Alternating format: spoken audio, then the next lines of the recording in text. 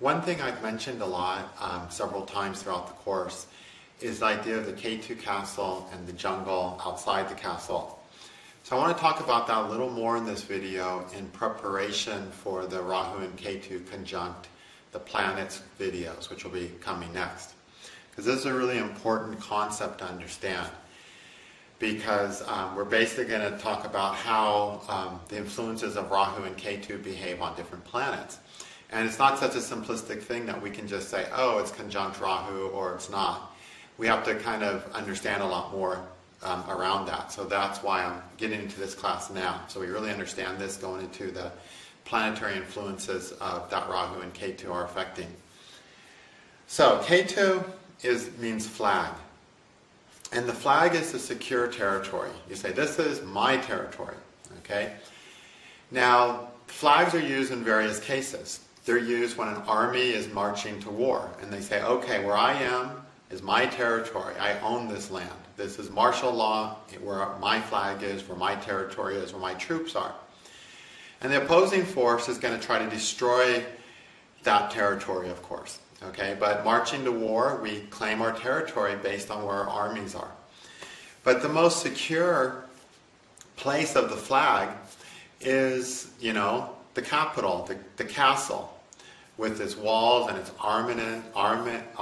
its weapons and all that good stuff. So that's the most secure place for the flag to be. And so that's why I call it the Ketu Castle. A castle is like a fort. A castle is not a luxurious place to live. A castle is a fort with, cannons or big artillery on the wall of some type, and it's designed for protection. So, Parashara tells us only a few things about Rahu and Ketu, but they're all very profound things. One thing is that Rahu and Ketu represent the planetary army. So Ketu literally means flag. It represents the planetary army. So again, it's this very secure place that's guarding the flag. Now, what is the flag? This flag is a symbol of the country. It's a symbol of what's most important in that country. It's a symbol of what that country is. So people rally to the flag. My flag means this, it symbolizes this. Freedom of spirit, whatever, depending on the culture and the country. But it symbolizes what people see as noble in that country. So what does a flag symbolize within us? Within us, the flag symbolizes the most truthful thing that we are. And this is Ketu. And this is what we're trying to guard by keeping it in the flag in the castle. Got it? So the flag is what we need to keep secure. It's what we need to keep safe. It's the most important thing. It's a symbol of the most important thing, okay? Therefore, it becomes the most important thing as the symbol. And what is the most important thing? We're the most important thing, right? Okay? Our well-being, our consciousness is the most important thing. And Ketu represents those things, all right? And we're going to talk more about Ketu in the context of the army in a future video after I get done with the planets. But for now, we're going to look at this most secure place to keep the Ketu, to keep the flag, and that is the castle or the fort. So imagine the fort. You've got, your high walls, and the walls, in the center you've got your living quarters, and you've got your, the castle proper. But the castle has the walls, and maybe even has a moat. But it has protection around it. It has a perimeter that's safe. So anytime there's a threat, everyone runs behind the castle walls. They slam the castle walls, and everyone's safe. So while there might be some things outside the castle walls, on the edge of the walls, at any time of threat, everyone retreats behind the castle walls. Okay? And then when it's safe, they venture outside the castle walls to get done what they need to outside the castle walls. Go hunting, collect their crops, things like that. Okay? So imagine this type of society. And that's how we are with our Ketu Castle. When we feel safe, we venture outside the castle walls. We don't venture deeply outside the castle walls. That's the jungle, that's Rahu. But we do go out the castle walls. And when we're outside the castle walls, we realize that it's not totally safe there. But we can always run back behind the castle walls and slam the gate. So we're willing to go outside the castle walls within reason, within sight of the castle walls. Okay? That's what we do with our Ketu position. We're willing to step outside our security paradigm, but only as long as we can keep in sight the castle walls. So that the minute our security gets threatened, we run back inside. Okay? And that's what we're literally doing. And that's why it's so hard for people to go to the Rahu house completely. In fact, I would say people don't go to the Rahu house completely until their Rahu maturation. Unless they're actually like really enlightened beings, okay? We don't go to Rahu completely. We don't venture deeply into the jungle, not with full force, until the Rahu maturation, shows us the necessity of that. Before that, we only go as far away from the Ketu Castle as we can still see the castle walls. But that's not far enough, okay? But the reason we don't is we don't feel safe enough. We can't take enough force and power to go further than the castle walls. Now, if we were really a powerful kingdom, meaning a person with great confidence, self-esteem, and knowing themselves, and with all their parts aligned, a good communication chain within themselves where the mind, the sun, the king, is having conversations daily with the queen and the moon. And so there's a correlation between what a person thinks and what they're feeling and what they're doing and what they need. So once we have all that, once we start gathering that up and we're more aligned beings, then we're a more powerful force. At that point, we can go deep into the jungle. We can go into the Rahu. Okay, it's the same way. Once the castle gets strong and they got surplus food and they can have enough food to supply an army and they have enough men and enough money to feed that men, then they can marshal a huge force outside the castle walls, go deep into the jungle and find something new, find something that changes their whole culture. Okay? Like when the Spanish went to South America, they were a powerful country, they financed, Columbus. Columbus cruises out, discovers the New World, and now, Spain was able to have the courage to risk the 3 ships and the expense of the 3 ships and a lot of men. They had the power to risk that and not have it destroy their country. So they were able to discover the New World. Okay? Same with us. Once we get strong enough within ourselves and aligned enough within ourselves, and our communication systems within themselves are working good enough, at that point we become strong enough to actually go into the jungle. But until then, we are just like those Spanish sailors. We will only sail as far away as we can still see the coastline. So that's how they used to sail. As long as they could see the coast, they would be okay. And that's how we do it with our Ketu. As long as we can see the castle walls, we'll go that far. But that's not far enough to discover the New World. That's not far enough to change our whole culture. So the Spanish, they go there, and all of a sudden they bring back all these foods. They bring back all this wealth that has changed the whole culture of Europe. You can't go to Europe and not eat something from South America, right? You can't go anywhere in the world. You can't go to India, without eating a potato, a chili, or a tomato. The 3 common foods that originated from South America. So this is what we're trying to do with our Rahu. We're trying to gear up the courage and the need to go into the new world, to get an experience that changes our whole culture, which means changes us. Okay? But we weren't really willing to do that. The need's not great enough until the Rahu maturation. Until then, we don't want to leave sight of the castle walls. So while we might be in our Rahu, looking towards Rahu, looking towards the jungle of Rahu, we always got one eye on the castle wall. So how can we really see and experience and get something useful from that jungle? We can't. And that's why people can't make their Rahu house work, because they want to stay inside of the castle walls. Okay? Now, that's okay. They're supposed to stay inside the castle walls, or in sight of the castle walls, and always be close enough that they can retreat to the safety of the castle walls whenever they feel threatened. They're supposed to do that. It takes time to develop the need and the confidence and the strength to leave the castle walls and truly focus on what's ahead of us. And so we're supposed to take our time with this. It's not a criticism to say, oh, you're not approaching your Rahu and you're 36 years old. Okay? No, you're not lacking courage. You know, you're not supposed to. But if you're 55 years old and you still haven't even tasted your Rahu, something has really been holding you back. You're like the person who has never grown up enough to leave the side of the castle walls. Okay? Okay. And at that point, you have to really be encouraged to leave the side of the castle walls. Okay? So in the chart, we have our Ketu. That's the castle. That's the tower, the castle, where we can see everything. And that's the secure, fortified, most fortified, protected place. Then around the castle, we have the grounds.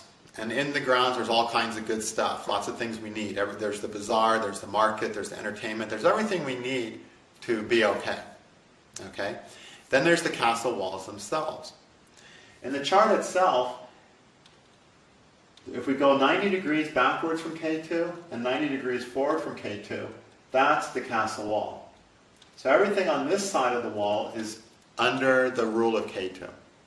Everything on the other side of the castle wall is under the rule of Rahu. And when we're feeling safe enough and there's no external threats, we'll cross the wall, go through the gate of the wall, play around here, and keep an eye out for threats. Whenever there's a threat, we run back into the castle wall, slam the gates. Okay? But it's by dealing with threats that we grow. It's by dealing with things that perturb us, scare us, bother us. By overcoming those things that we grow. And so, running back into the castle doesn't serve us well. And so, but we always do that. We pretend to want Rahu, and we pretend to work towards Rahu, but we're constantly on the alert for a threat from Rahu, a threat jumping at us from the jungle. And as soon as that threat comes, we go back to our Ketu, we slam the doors, and we lose Rahu, and we get disappointed. Okay? So you want to understand in the chart, we literally have these two halves. All right? 180 degrees on Ketu's half, 180 degrees on Rahu's half. Okay? And the planets are going to fall in these places. So planets are either going to be in the castle walls, or they're going to be in the jungle, or they're going to be right around 90 degrees from Rahu and Ketu, where they're on the perimeter. They're sitting on the wall. A planet that's like exactly 90 degrees is literally sitting on the wall, which means it can jump to this side of the wall or jump to the other side of the wall, or it's standing in the gateway, so it can go out or it can go in. It's right there at that critical place. And those planets, of course, the ones that are closest to this perimeter, those are the planets that are the least influenced by Ketu and Rahu. Because they're not so close to the Ketu that they're like, okay, I have to be right in the most safest place to be secure. But they're not in this really scary jungle where, oh my gosh, what do I do next? I just have to survive out here. They're in a place where they're kind of in a very comfortable place. They're not really getting threatened by the unknown of the jungles. But they're not in the deep need of being in the most secure part of the castle. Okay? So those planets are why I say those planets are really important for our development, because they're not basically influenced by Rahu and Ketu so much. They're planets we can use most consciously. Because see, a planet, as it gets closer to Ketu, becomes more and more under the pull of our security paradigm, which means it's more and more has a great need for security. It needs to be safe. It doesn't want to change. It doesn't want to grow. It doesn't want to experience something new, because new is scary. So the planets on the Ketu side are, better the devil you know than the devil you don't know. So even though they're not doing really happy, it's still okay, it's good, it works, it's better than risking this, Okay, it's like, the sailors. We want to sail to India, so we'll just sail all the way down the coast of Africa, all the way up the coast of Africa, and over. It's like, okay, that works. But, it's kind of a long voyage, and it's kind of scary going south of the coast of Africa. Not really scary, but it's not the best place to go sailing during all parts of the year, because you get pretty far south, so you can have some severe winter storms down there. Nothing like South America, but still, enough to be concerned about. But it works, and they've been doing it for hundreds of years. Then Columbus says, no, how about we just sail around the world and go another way that'll be shorter. He thought it would be shorter. He didn't know how big the globe was. It actually is much longer to go around the world. But he didn't know that. But he was like, let's try a different way. Let's risk and gamble on the possibility of finding a new way. And that's ultimately what we have to do with our Rahu. We have to make this gamble. But the planets inside the walls, closer to Ketu, they're so invested in security, they don't want to make that gamble. It's just not worth it to them. They're like, it's good enough sailing around the coast of Africa. We really don't need to go around the world to get there. It works to go this way. And yeah, it takes way longer than we want to. And so our profits are way less. And we have to deal with all those pirates along the coast of Africa and all that stuff. But it works, and we've been doing it, and it's good enough. Even though, yeah, it's not my dream life. Okay, but then the Rahu is, so all the planets on the Ketu side have this security. They're a little bit held back. And that's why I said, when more planets are on the Ketu side of the chart, it becomes harder for the person to embrace the Rahu. Because those planets are like, this is working good enough. Okay? Then we have planets on the Rahu side. Those planets, and the closer they get to the Rahu, not just on the Rahu side, but as they get closer to Rahu, they're deeper into the jungle. And we need those planets. We need to experience those planets. Every planet on the Rahu side of the chart is a planet we need, but to get it, we have to go into the jungle. All right? So the more planets on the Rahu side, the greater our incentive to go into the jungle. The closer they get to Rahu, the greater the incentive. Okay? Meaning the greater the need. Okay, because we want those planets. We want all 7 of our planets. In fact, we need all 7 of our planets to function healthily to be healthy adults. Okay? So we have to go into the jungle to get those planets. The closer they are to Rahu, the deeper in the jungle they are. Which means the scarier it is to go get them. Got it? Okay? So any yoga, any planetary formation you have that's on the Rahu side, to get it, you have to deal with more fears. The closer it is to Rahu, the scarier it is to go get it. The deeper you have to go into the jungle. The more you get more of that planet as you get older. The more of that planet you get after your Rahu maturation compared to before your Rahu maturation. You get more of your planets on the Ketu side before the Rahu maturation, because you're staying in the castle. Once you get mature enough to venture out into the jungle, which means you become confident enough, you know yourself enough, you know what you really need more enough to make that trip into the jungle worthwhile, then you're more willing to move towards and really develop those other planets. Okay? So you've got all of your good yogas on the Rahu side of the chart. Your success and fame will be better after your Rahu maturation than before. If, on the other hand, you've got all your good planets on the, good yogas on the Ketu side of the chart, then your success and stuff and good stuff in life will come more in the early part of your life. And your desire will be not to leave that and go into the Rahu, into the Rahu jungle. But something will push you into the jungle. And you need to go into that jungle to fully experience all the good stuff in the castle. But going into the jungle won't nearly be as wonderful as it was hanging out in the castle, but you still have to do it. Okay? Otherwise, you can't really enjoy and appreciate fully all the stuff in the castle. All right? So, we have this side of the chart. And when I talk about the conjunctions, I'll call it conjunctions, but I'll probably call it conjunctions. Or maybe I'll call it close by. Because it doesn't matter what planet's in the sign with Rahu. It doesn't matter, or with Ketu. What matters is the closest planet to Rahu, the closest planet to Ketu. I learned this really vividly with a horoscope I was using for a homeopathic client who was ill. And they had 2 planets. One was with Rahu in the same sign. And the other one was in the sign next to Rahu, but closer to Rahu in degrees. And I knew, I had worked the case, I knew they needed this remedy or this remedy. And I was like, which one is it? Is it for this planet or is it for this planet? The one with Rahu or the one that's not with Rahu but closer in degrees? After really studying their case and their symptoms and everything, I decided it had to be the planet that was closer to Rahu, not the one that was in the same sign. And I, gave the remedy. They had a remarkable healing that helped them with things that, so much that they said, wow, I didn't know this part of me could actually feel this good. Okay? And it only took one dose of the medicine or the remedy, and that just sent them on a healing curve for several months until they were doing better than ever. So I was thinking, that's weird. I would have thought I really would have needed the remedy for the Rahu conjunct planet, because I would have normally ignored the other planet, right? But then I started, so that prompted this huge research and this investigation, and I was just like shocked of how critical it is as planets, how critical the planets are that get closer to Rahu or closer to Ketu.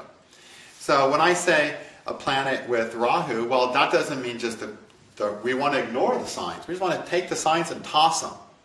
And we just want to use degrees. I want to say, okay, everything 90 degrees be fine, and in front of Ketu is influenced by Ketu. And the closer in degrees it is, the more it's influenced by Ketu.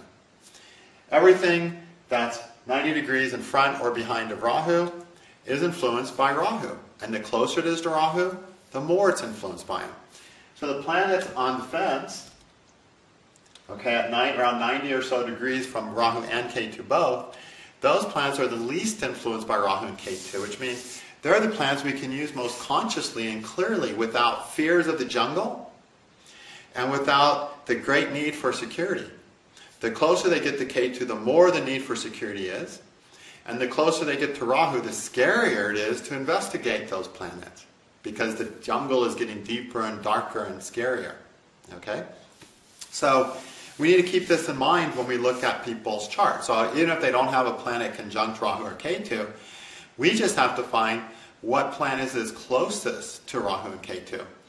I recently had a chart of a real psychopath, a really crazy, crazy person. And at first glance, the chart looks wonderful. I mean, it has some good yogas, it has some good power, it just has some really, really nice things. But then the closest two planets to Rahu were Saturn and the Moon, which are the two scariest planets to have close to Rahu, that create the most fear in the mind of the person. And as a result, this person has all kinds of issues you wouldn't have expected. You would have looked for, based on this, if you'd heard about this person's behavior, you would have said, I bet this person has something crazy like a Rahu Moon Saturn conjunction. That's what you would have thought off the top of your head. You said, this person has to have a Rahu Saturn Moon conjunction. Let me see your chart. And you would have looked at his chart and said, wow, he has a nice yoga here, he's got a good thing here. And you'd be going, why? I just don't get it, Rahu's even in an Upachaya house. It's not in a bad place, if I remember right. But indeed, Rahu and Saturn and Moon were right next to Rahu. Okay, in different houses, but they were the closest planets, and they were both within 30 degrees of Rahu. And so that upset the whole chart, changed everything in the chart. And you would have missed it if you hadn't have known this idea. Okay, so on this chart, if I was going to read it, I would go, okay, let's read the effects. Let's talk about the effects of Rahu with Saturn. What does that do to a person? Let's talk about the effects of Rahu with Moon. What does that do to a person? And that would have given us a huge deal of information on that person. Okay? And we'll start talking about those effects in the next group of videos. Okay? So keep that in mind. We got these two distinct sides of the chart. Okay? Most astrologers, actually no astrologer looks at it that way. What most astrologers look at is is Ketu, as he moves reverse, going to hit the planet, or is Rahu, as it removes the reverse, going to hit the planet? Which means every planet from Ketu going backwards to Rahu is going to get affected by Ketu, meaning Ketu is moving towards it. And every planet from behind Rahu to Ketu is going to be swallowed or affected by Rahu, as Rahu moves through the sky. Okay? And as the planets invariably move towards Rahu. And that's why we have this yoga called Kalasarpa Yoga. Kalasarpa Yoga is when all the planets are on one side, all going to be hit by Ketu or all going to be hit by Rahu. Okay? And some people consider when Ketu is moving towards the Rahu, it's a better Kalasarpa yoga. They call it Amrita Kalasarpa yoga. Okay, like Amrita means like the nice sweet nectar of immortality, versus the shitty Kalasarpa yoga of Rahu moving towards it. And I don't think that's really that important. We're going to talk about it in a moment, but it's not as important as these two halves. So when planets, all the planets are on the Ketu side, I call that castle yoga. Okay? That's a person who has absolutely no reason, no incentive to go outside the Ketu castle. Okay? And if all the planets are on the Rahu side, I call that jungle yoga. Okay? Which means the person has no choice but to venture into the unknown. Okay? And deal with stresses and new things and new experiences. They're going into the jungle. They have no choice. That's where their life is. Their life is in the jungle. Okay? And I find castle yoga and jungle yoga will give just those two yogas will give you a lot of information about the chart. And you can break it into, is it more castle yoga or more jungle yoga, simply speaking. But sometimes you'll see a complete castle yoga or a complete jungle yoga. And I consider that more important from a developmental point of view, from a growth-centered point of view, than the Kalasarpa yoga. Okay? All right. So keep that in mind.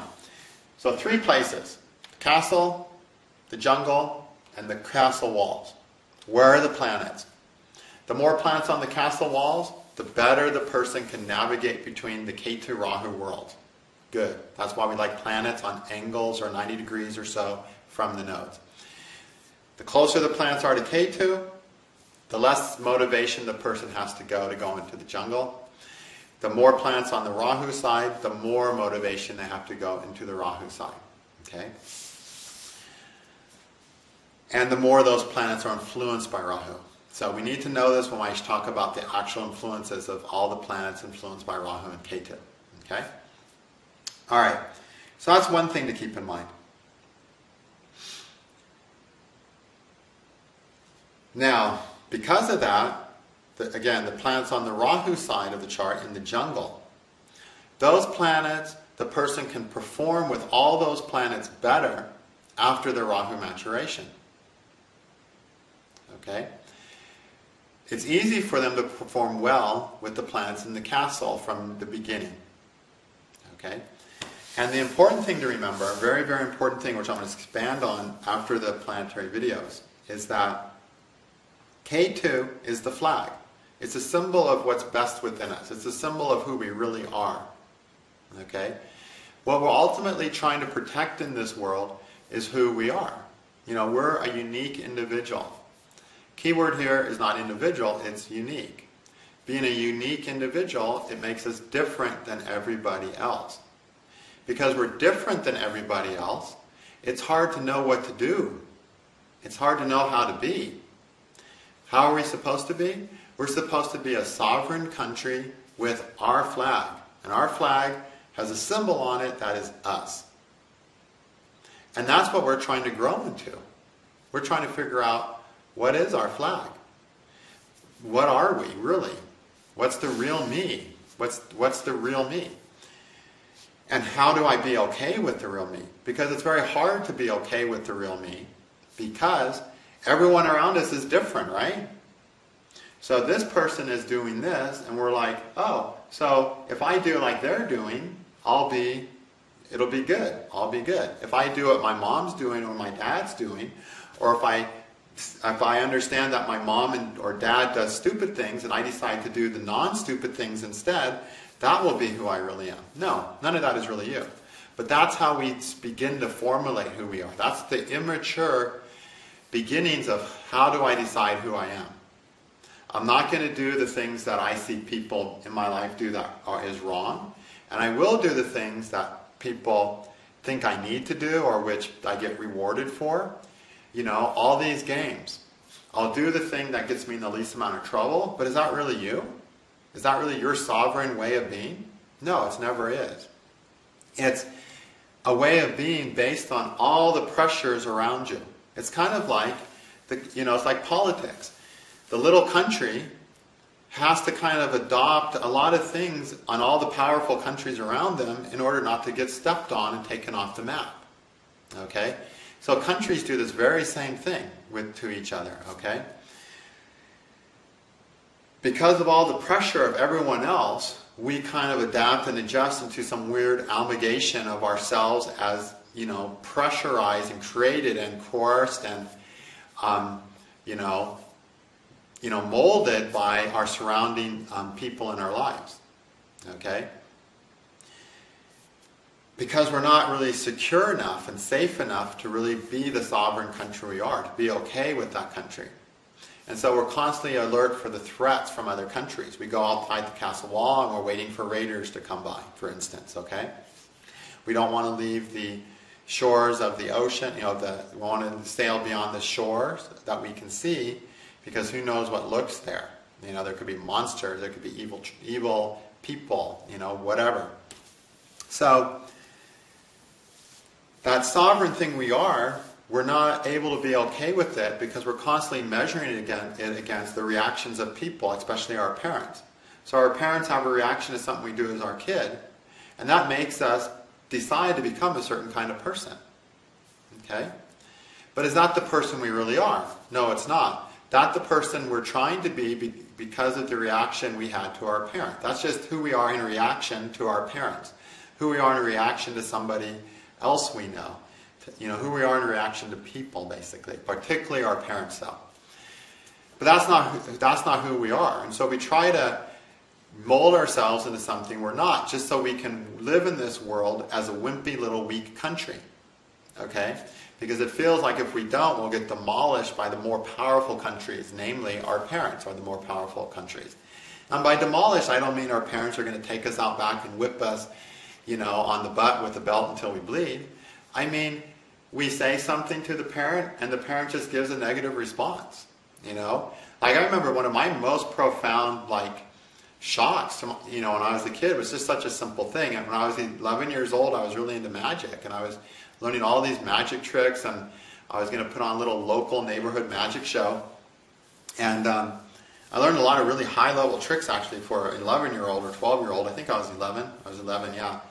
And so I was walking on a hike with my mom once, and I was really excited about the magic. I'm like, Mom, when I grow up, I'm going to be a magician. I was really pumped up and excited about it.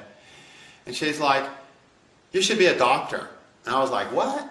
I should be a doctor. And I just remember just thinking, because here I'm spontaneously saying, I want to be a magician. I want to do magic. And she's like, you need to do a doctor. And so all of a sudden I'm like, okay, yeah, I guess being a doctor, I could be a doctor, but maybe just do magic shows on the weekend, But it really deflated my way of being, and because of my mom, it was just it wasn't an angry reaction, it was just this casual, sort of firm but casual reaction of, yeah, you should be a doctor, and so you can make money and survive, But to that little rebuttal to my inspiration at the time felt like just this huge depressing force. And it really wasn't that big of a deal. So it's not even that our parents take us out and whip us, it's just these little things like this that, make us feel like, geez, how am I going to, how can I be myself? How can I have to conform to my mother's expectations now? And it wasn't a major expectation. That's the only time she ever said, you should do this. My mom generally was, whatever I was doing, she was happy with it. I mean, I did all kinds of stuff as a kid. And my mom was happy. She never criticized or complained or said I was wasting my time ever. But that one single time that she did that, it was like, So, it just takes those little subtle things. So I'm giving that as an example. It's just these little subtle things that lock us up into this kind of diminished Ketu Castle, where we're in a castle, but we don't know what the symbol of our flag is. As it turns out, I am a magician, right? There is no real magic. I can't pull a rabbit out of a hat. That's really magic. But the only real magical thing we can do is really praying for other people, healing other people through our presence, and predicting the future, right? So I always laugh that here I am a magician, I predict the future. That's magic, right? Magicians try to do that. They'll say, I'm going to predict what card you're going to pick out of this deck. And you pick a card and they show it, and they pull one out of their breast, that's the same card. They said, yeah, I knew you were going to pick this card. So I'm actually ended up being a magician, which is really ironic. And that was, I had such an inspiration. I want to do magic, you know. So we get shot down just by a glance from our parents, just by a casual world. And my mom wasn't angry. She wasn't mean. It was just a casual statement of, you're not going to really make money as a magician. But the truth is, you can make a lot of money as a magician. She just didn't know that, okay? Good magicians do, you know, quite well. So those little things mold us. We try to conform and mold to these expectations of these greater powers, which are namely our parents. It can other times be grandparents, some siblings, our peer pressure, but the greatest single influence is that of our parents. What if our parent is gone? What if our dad runs out when we're 3 months old? Yes, and that molds us, and we say, gosh, I would never run out. I would never leave somebody. And so you end up staying with a relationship that's wrong with you because you're never going to do what your dad did. You decided, I'm not going to do what my dad did. So you're still molded by your dad's actions instead of what's healthy for your sovereign country. All right? So as we live out the Ketu half of our castle, we're basically living out this way of being that's the result of the pressures put upon us mixed with who we are. It's this amalgamation of, yeah, this is who I am, but these are all the pressures upon me by the powers that be, especially my parents when I was a kid. And so now I'm trying to figure out how to live happily, and I can't do it. And it's really our parents are the formative thing. Like I said, Rahu and Ketu are the karakas of the D12, the parent and ancestors Varga. So we are molded by these people, and we share their DNA. So we literally are molded by their ways of being. Okay?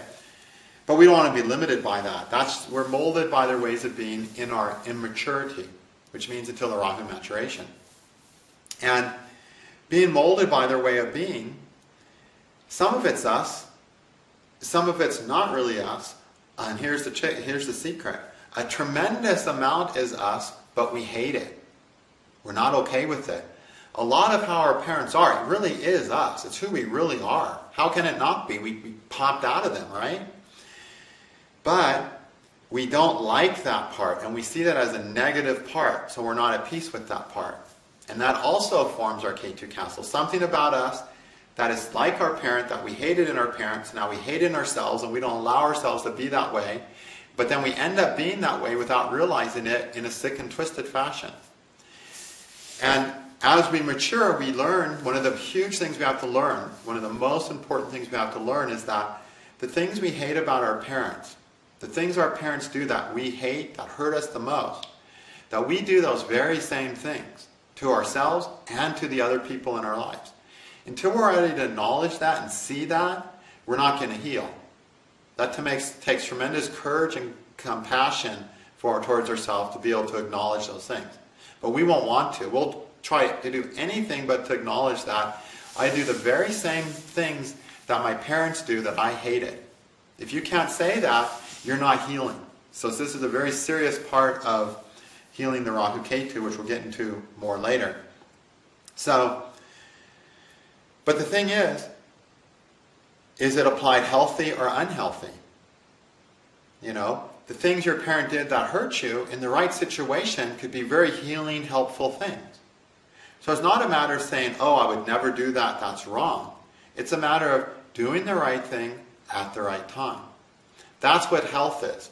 Health is a state of being where we respond and react and relate to what's happening to us in accordance with what works, with what's healthy. Not in accordance of a security paradigm, Ketu, or in accordance with the fear, Rahu. Okay, or an expectation, or a hope, which is also, a hope is Rahu too, and an expectation is Ketu. Okay? We don't relate to life honestly. We're relating to life as modified by the fears of the jungle and the security we think we need of the castle. And so we decided that our parents were selfish, and that we're not going to be selfish no matter what. Then the times where it's healthy to be selfish, we won't be healthily selfish, and we'll ruin our lives. Because there's a time for selfishness. There's a time for giving. And we're healthy when we respond to life in accordance with the needs of life, which will be our needs too. But instead we respond to life saying, I'm always going to do this, I'll never do that, I can't do that, I won't do that, and then we're not living life. Then what we're doing is we're living in resistance to life, and we're not flowing with life. We don't flow with our purpose, we don't flow with the people in our lives, we have expectations for people that aren't shared. So I say you get into things like star-crossed lovers, the attraction where one person really wants a person, another person doesn't want that person. How can that contradiction exist? It can't exist.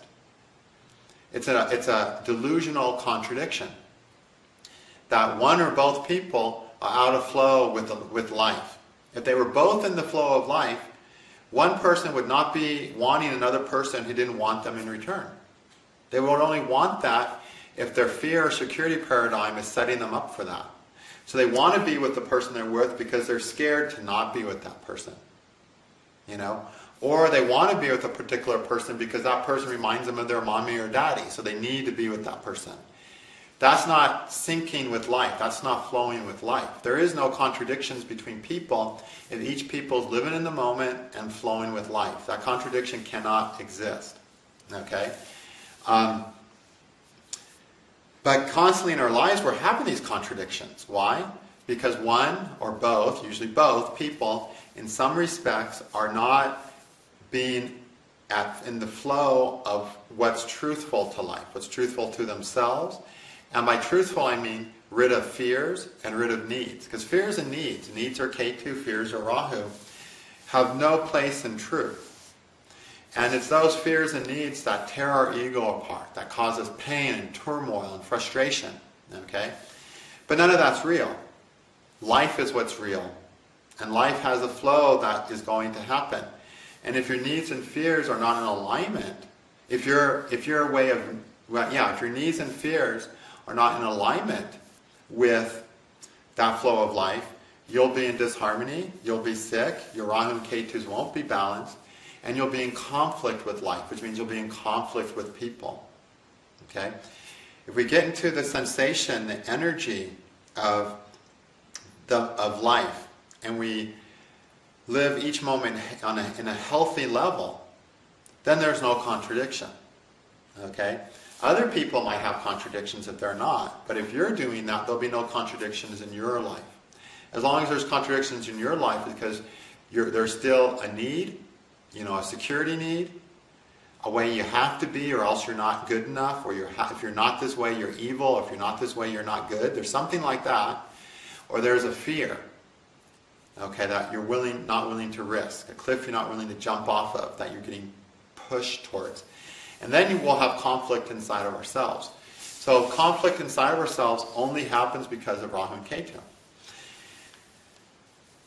Because of wanting to stay in the jungle, wanting to stay in the castle when we need to go into the jungle for something, or not wanting to go into the jungle because it's too scary. Okay? And therefore retreating to the Ketu Castle. Okay. So, and that's why I said the only thing we have to work on is Rahu and Ketu. All the other planets, all the things, all the avashtas, even the hard avashtas of those planets, are really just a result of conscious choices in our life. They make sense to us. But Rahu and Ketu bring this dynamic of deep-seated needs, deep-seated fears, things we just don't think would ever work for us, ways that we think we have to be in order to be okay with ourselves, that try to make us to force life be a certain way that it's not, and then we're having conflict. So conflict is a key word for dealing with Rahu and Ketu, because Rahu and Ketu are the planetary armies. What are the armies here for? To deal with conflict. So anytime you have a conflict in your life, what planets do you look towards? Rahu and Ketu. When there's conflict, Rahu and Ketu are involved. By conflict, I mean you can't make a decision, you're torn between two jobs, you're torn between this and that, you're torn between marriage and becoming a monk. Anytime there's a turmoilous conflict within yourself, or anytime you're having conflict with the person, like actual conflict with the person, like you don't get along with your wife, your sister, your father, your friend, and you're having a heated moment, Rahu and Ketu are the reasons you're conflicting. Because only Rahu and Ketu have conflict. Because only those deep fears of Rahu and those deep security needs of Ketu will ever cause us to act in a way that's not in harmony with life. And only then is there conflict. Okay? So, the security paradigm of Ketu, there's not a good enough word to explain it. Okay? I am going to talk a lot more about that after we cover the planets, but basically, the security paradigm ultimately means to be okay. With what? With ourselves. The only thing in this world are ourselves. Everything is an omen of our relationship with ourselves. Every person that comes up and says, I love you or hate you, is an omen of your relationship with yourself. Every conflict you have in this world is a symbol, an omen of conflict you have within yourself because of your Rahu and Ketus. Okay? So, the security paradigm is this idea that I'll be okay with myself if I do this. Okay? I'll be safe if I do it this way. And safe means I'll be okay with myself. And how do I know I'm okay with myself? Because external pressures are not going to hurt me. I'm not getting negative glances from my loved ones. And sure, at first, the negative glance came from my mom. The scowl came from my dad. And so as a kid, I learned to look for those glances and scowls and modify my behavior so I wouldn't get in trouble or get glanced at negatively. Then I moved out, and that was really nice for 6 months. And then I met my partner. And then with my partner, I'm getting the same glances and scowls, and I'm looking for the same things. And wow, I'm having the same relationship with my partner as I do with my parent. So I'm going to decide not to have a partner, and I get rid of my partner, and I move to the ashram. In the ashram, I have a superior. And I'm having the same relationship with my superior as I had with my spouse, as I had with my parent. And so you'll see we're constantly creating similar relationships. Different, yeah, in some ways. You're not humping your parents and you're not humping your superior at the ashram, I hope. And you are humping your spouse. But underneath all that, the game, the subtle game that's being played, the Rahu Ketu game that's being played under all the stuff you're actively doing with that person, has a similar thread, a similar vein. So yeah, people marry their mothers, they marry their fathers, you know. They're attracted to the man or woman who has a quality reminiscent of their parent, okay? And sometimes you can see it so easily. Even with astrology, you look at their parents' chart and then you look at their girlfriend's or boyfriend's or wife or husband's chart and you go, wow, look how many planets are similar. Look how many same things are in these two charts. And then you add the card system to it and you'll even see, wow, you know, your mom has a loaded, you know, 8 of diamonds and your husband is an 8 of diamonds. Wow, you know, it's like you'll see these stark similarities of attracting the same type of energy. And it's therefore having a similar thread to our relationships. And that's all because of the need to experience a conflict, an uncomfortable situation, a disappointment, whatever, something that hurts, in order for us to resolve this great battle that Rahu and Ketu are intent on fighting. But what we have to learn, and what Rahu eventually is here to teach us, that the battle is not about these things. It's about our relationship to ourselves. That the same relationship we have with our parents, we have with ourselves. So ask yourself, how do I feel about my mom? Well, and if you say, I love my mom, but I really feel sorry for her because she's just sort of pathetic. Well, that's how you feel about yourself. Then ask your sibling, how do you feel about mom? And they'll say, oh, I think mom's like super creative, but I don't feel like she's really smart sometimes. Well, that's how your sibling feels about himself. We all have, every sibling has a different idea of their parent. There'll be some crossovers, but they'll never be identical. Because the way they're relating to their parent is how they're relating to themselves. So ask yourself, how am I relating to my parent? What do I love and hate about my parent? What makes me want to kill or run from my parent? What makes me want to hug and love my parent? That's when you can explain those to yourself, those things to yourself honestly. That's your Rahu Ketu axis. That's your nodes. That's your relationship with yourself. And if you can take the step and really allow yourself to realize that that's your relationship with yourself, and that you're not a victim of your parents, but that you're a victim of how you relate to yourself, then you're really on the path to healing, okay, to balancing the nodes. So The goal of Ketu is to be okay with itself. But the problem is, it has certain ideas of what's required to be okay with itself. In order to be okay with myself, I can't do magic, but I can do science. Like for me, I grew up in a family of scientists. My dad's a scientist. Grandfather was a scientist. I come of scientific lineage. So it's okay for me to do science, but it's not okay for me to do magic.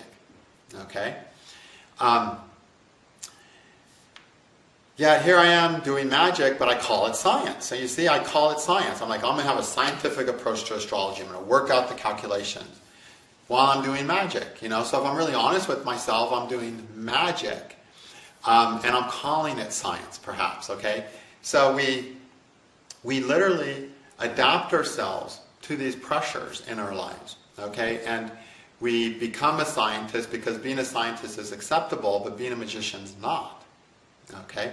Another person might have grown up in a family where being scientific and being intellectual was not highly regarded, but living in the moment, being spontaneous with one's feelings, even if those were very negative feelings and abusive feelings, was the norm. So these people, they call themselves doing magic, and they say, oh, I'm intuitive and I'm not really scientific, but then they are doing astrology, which is a science. So it's the same story in reverse.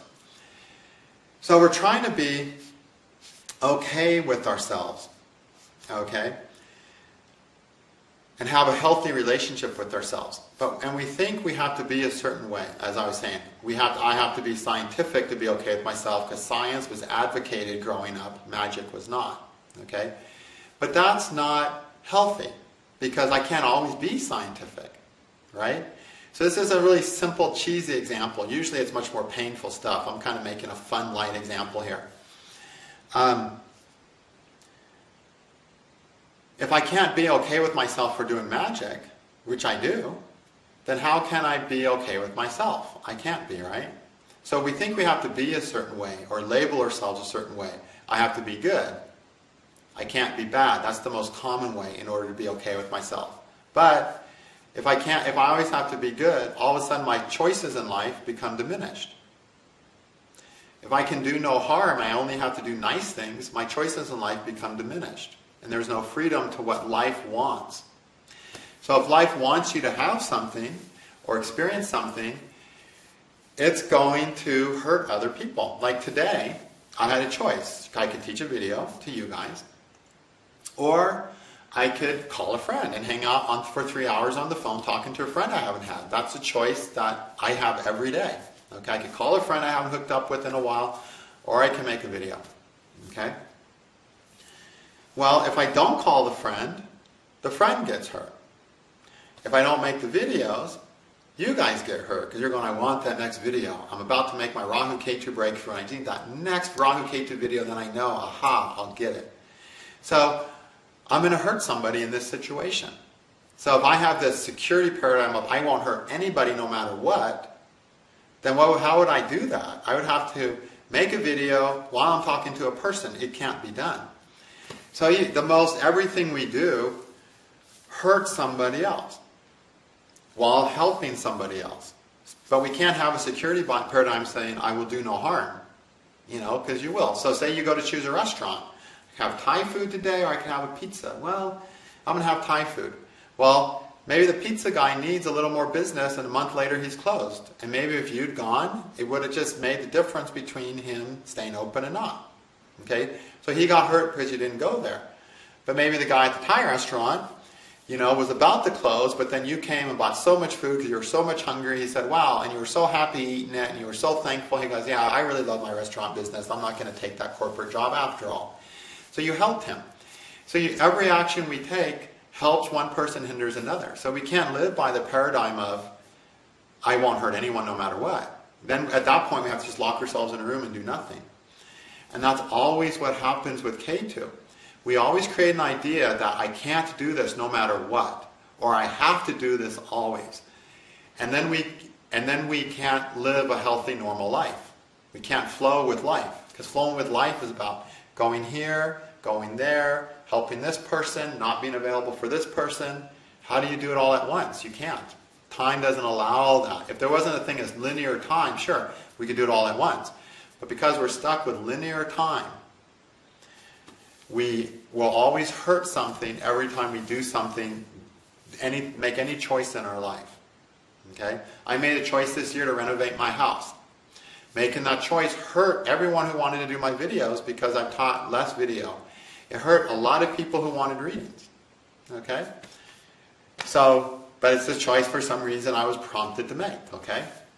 So, the security paradigm of Ketu becomes so restrictive that we end up locking ourselves in a prison. And then the castle is no longer a safe place, it's a prison. And then we're stuck and we're miserable there. Okay?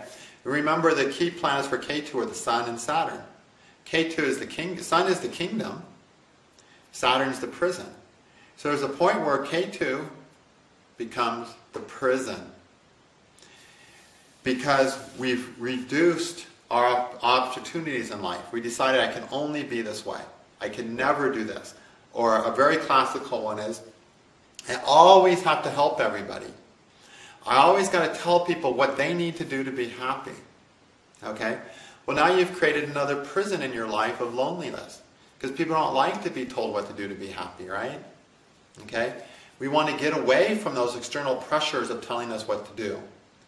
The positive looks and the negative looks that people give us for what we do. Because only then can we become free to explore ourselves, right? All these problems started because of the negative and positive responses we received from our parents. And then we adapted to those negative and positive responses. So the last thing we want is positive and negative responses from people now.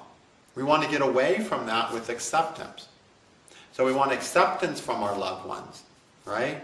We want acceptance from our friends. We want to get away from the positive, negative responses so that we can find out what we really are. Because it's living in accordance with people's positive and negative responses, particularly our parents, that cause us to lock ourselves into this Ketu Castle and say, this is my narrow way of being. And what we really want is freedom, and the jungle offers freedom. The castle has laws. You can do this, you can't do that. It's no fun to be in the Ketu Castle because it's all about laws, rules, regulations, allowances, punishments, you know. And we will literally punish ourselves if we do something that our Ketu Castle laws don't allow for. We'll feel guilty, we'll feel shame, we'll get depressed, we'll tell ourselves we can never be happy. We'll do all these things as punishment for infringing upon the laws of the Ketu Castle. But the jungle is free, you know. Cortez went over and wiped out Indians, you know, Native Americans of South America, just wiped them out. You know, he had the full freedom just to wipe these people out, right? Well, he couldn't have done that anywhere else. He couldn't have marched into Portugal and wiped all the Portuguese off the face of the earth, because that was in the castle, the European castle, right? He just wouldn't have been allowed to do that. You know, the slavers weren't allowed to just go to France and grab a bunch of slaves in the 17 and 1600s. They could do that, you know, 1,000 years before. In 600 AD, they could go to France and grab some slaves. But they couldn't do that in 1600 because the Ketu Castle had grown into this European sort of, you know, existence. But they could go to Africa, into the jungles of Africa, and grab a bunch of slaves, and then go and sell those to the jungles of South America and North America, right? So the jungle gives you freedom to do whatever you want to do. And that's why we need to go there, because only in that freedom can we find out what we really are. Now, of course, that doesn't mean we're supposed to go into the jungle and rape and murder and steal, right? But just an example of how when we're free from the restrictions of the scowls and appraisals of other people, we can become ourselves and find out who we really are. When we're free and all that's removed from our presence. But the only place we can experience that is if we go to Rahu, if we go into the jungle. Because the jungle is where there's no rules. Okay? There's just exploration. So one of the things about the Rahu is it allows for exploration. It helps you get away from all the routine relationships. all the routine scowls, all the routine appraisals that we attract, all those same relationships of I relate to my parents this way, I relate to myself this way, I relate to my spouse this way, I relate to my boss this way, just on very subtly different levels, but the thread is one continuous similar thread. By getting away from all that and going into the jungle, at that point, we can start becoming who we really are. And we can't really go into the jungle until we have a greater level of self-acceptance. Okay? Because without self-acceptance, we won't allow ourselves the freedom to explore the jungle or to explore the Rahu side of the chart. Okay? Without self-acceptance, we're going to stay in the Ketu Castle and behave in accordance with the scowls and appraisals, or not appraisals, scowls, appraisals, and approvals of our upbringing. And then we're just going to live that same life with different faces. But they're always behind it is the same glare, the same look, the same smile that we got from our parents. Okay? The same frustrations, the same pain, and the same relationship with ourselves. So by going into the jungle, we get the opportunity to have a different relationship with ourselves. And having a different relationship with ourselves is what heals us, which makes us go, aha, I've grown. Then we can go back to the Ketu Castle and say, look what I brought home from the New World. I brought lots of gold, lots of goodies, lots of yummies, and a whole new culture to trade with because I decided not to kill all that entire culture, which would be, of course, the healthy way to do it. You go into that Rahu house and you care for the jungle. You take care of the jungle and you benefit from the jungle. The fact that Cortez goes out into the jungle and they wipe out all the native Southern Americans and take their gold and everything, the reason they did that is because their Ketu Castle wasn't strong enough. Okay? Because Spain invested in that trip. Spain needed the money to maintain strength in Europe. There was still a time when Europeans were fighting amongst each other on a regular basis, right? There was always wars going on in Europe. So they desperately needed the gold of South America to maintain themselves as a powerful, and to grow into a powerful European nation. And so for a period of about 100 years, Spain was the most powerful European nation because of the gold they took. And because they weren't strong enough to not take that gold. Cortez had to come back with booty, with gold and treasure and wealth. He had to. Otherwise, Spain was not going to thrive. And Spain was not thriving healthy enough. They were willing to take the risk. Now, Spain had been a grand nation, a powerful, secure, safe nation without threats of neighboring countries. They could have gone there and they could have appreciated the culture and they wouldn't have needed to destroy and take everything from these amazing cultures that they destroyed. Same with us. If we go into the jungle with the Ketu weakness, with not being secure and confident within ourselves, not being healthy within ourselves, not our hearts being aligned with our minds, then when we go into the Rahu jungle, we muck it up. The same way Cortez ruined South America. Okay? That's why when we go into the Rahu jungle, we always screw up and have problems in the beginning and in the middle and for a long time. Because we're simply not solid enough in ourselves. Our sovereign country of ourself is not secure enough to not go into the jungle and destroy it. The same way that Spain was not a powerful, secure enough nation to not go to South America and not desperately need the wealth of South America. They couldn't have come back empty-handed. They needed that money, okay? They couldn't be the laughingstocks of Europe. Europe was fighting amongst themselves. If they were such a powerful country that they could have just gone there and came back and said, wow, we discovered a whole amazing culture. But we brought back no money, we just made some friends. A powerful, healthy country could have said that. Unfortunately, that was simply not the state of the world, and it's really probably not the state of the world now. We'll find that out when we space travel to another country, and if we rape and abuse it and take from it, or do we cherish it and respect it, that'll be determined by our level of security as a globe, as a global nation at some point, perhaps, if we actually do space travel. Okay, So, but even in small things, we see many places are not solid and secure enough on themselves enough to not go rape and take from others' weaker countries. That still happens. But a truly healthy country never has that need to do that. Okay? Vikings pillaged because they couldn't grow enough food on their own. So they traveled out to England and to try to survive. If they had had a healthy culture that created plenty of food for their well-being and their family's well-being, why would they want to risk their lives, their legs, their limbs, their sons, by going into a really scary battle situation? No one does that unless they have a great need. So we don't. Anytime we go into the jungle, towards the Rahu side of the chart, with any vulnerabilities, with any insecurity, with any personal weakness, we will muck up the jungle to some degree. So you can tell, how good am I doing with myself? By seeing, how good am I doing with the jungle? The fact that Cortez had to kill all the Indians shows that Spain was really not doing good with itself at that time. Okay? Same with us. When we go into the Ketu house, if we muck it up, it shows we're really not doing that good with ourselves. But now we know that. Now we saw it in practice. As long as we stay in the Ketu Castle, it seems like we're doing good enough with ourselves. And then we go into the Rahu house, and everything goes to hell to show us that we're really not doing that good with ourselves.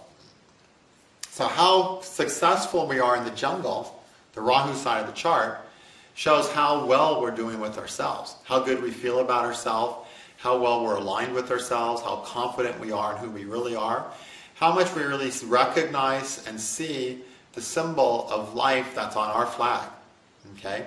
How much of a sovereign individual we are that's healthy, and by healthy I don't mean always good, because like I mentioned, you can't walk across the street without stepping on a bug, right? But you have to walk across the street to heal the sick person in the house across the street. So the bug has to die, right? Every choice hurts something. But healthy means being aligned with ourselves, being okay with ourselves, having essentially peace instead of conflict. Okay? You can tell how healthy your Rahu Ketu axis are between how much conflict and peace you have in your life. That's why the gurus say develop peace, have mental peace. If you meditate, you'll have peace. And we don't really know what peace is. When people say that word peace, it's like, oh my God, I don't want to have such a boring life. So a lot of people relate peace to boredom. But peace is not. It's a subtle joy of okayness that we all need to grow into. And as we grow into it, our Rahu and Ketus are becoming less of a problem. Okay, so hope this gives you a better idea. Now, also, we have planets are in the Ketu side, the castle side, or planets are in the jungle side. Houses are also in the Ketu side or the jungle side. So let's say you've got a person with Ketu in the third house from their ascendant. Their ascendant's closer to Ketu than it is to Rahu, which means that they're going to relate to Ketu in the first house to some degree. If you talk to them about Ketu in the first house, they'll relate to it to some degree. Ketu in the second house will relate to it more. Ketu in the first house relate to it the most. Ketu in the 12th house from the Lagna will relate to Ketu in the first house too.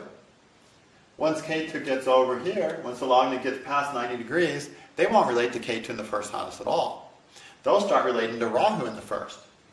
And if Rahu's in the second, they'll relate to Rahu in the first quite a bit. Okay? So, the houses also are in the jungle or in the castle.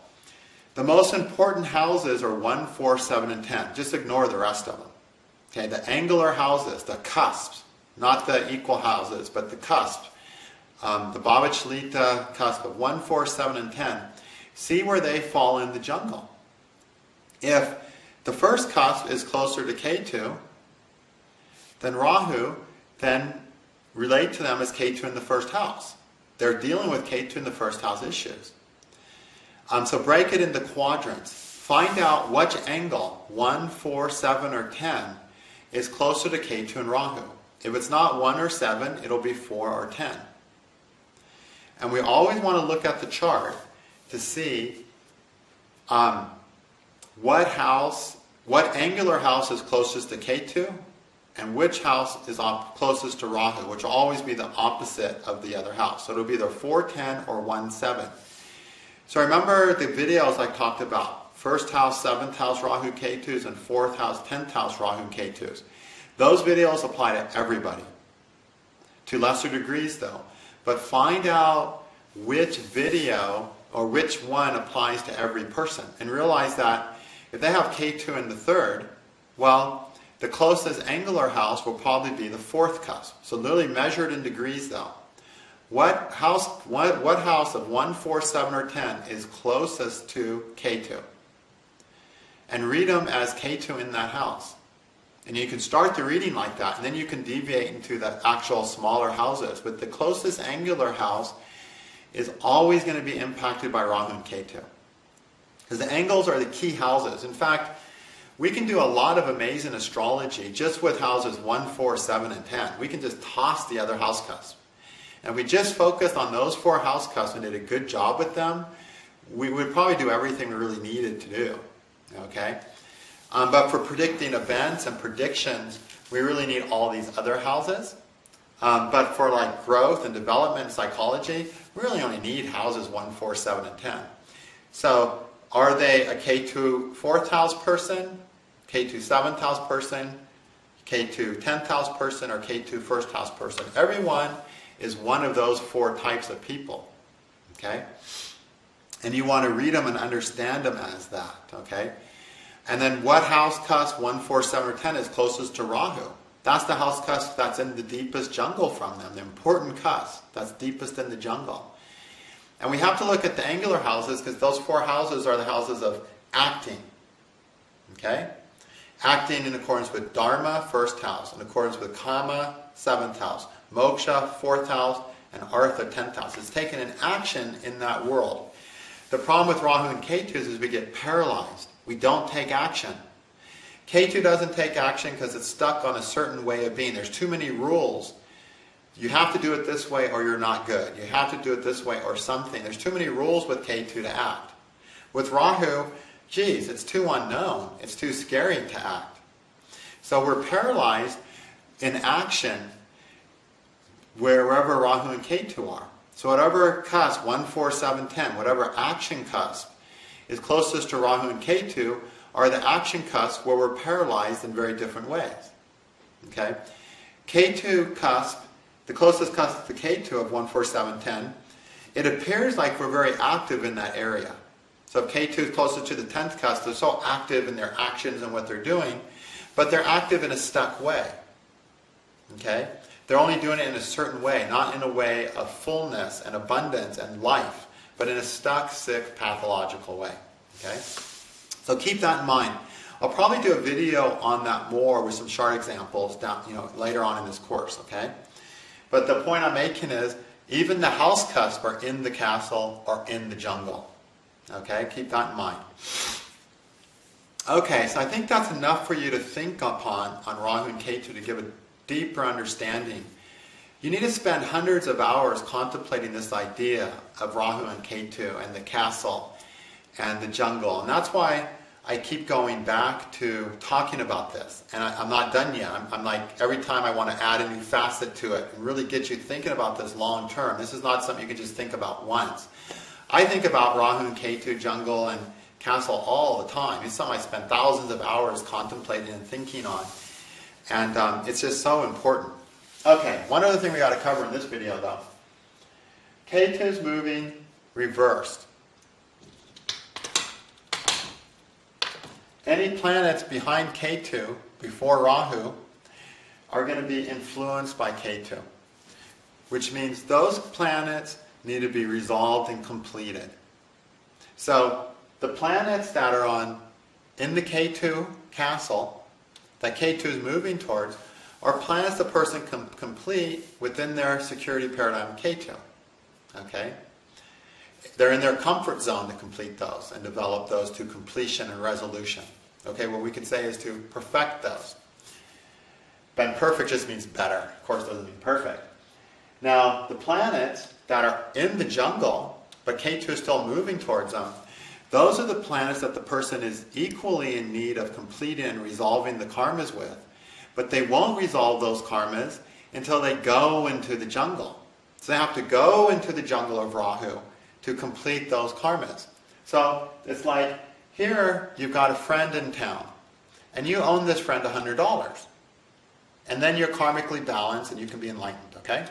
So you just go down to the, your friend's house, you knock on his door, and you say, hey dude, here's that $100, and you get enlightened, and you're all done. But this is a friend that got lost in the jungle. And you got to give him $100 before you can move on with life. So that means you have to go into the jungle, find your friend, and give him the $100 you own to have karmic balance. Okay? It's a lot more work to make completion with something you have to go into the jungle with, right? Than is to complete something that is just that live down the road from your, in your Ketu Castle somewhere. So keep that in mind. That's one thing that's happening.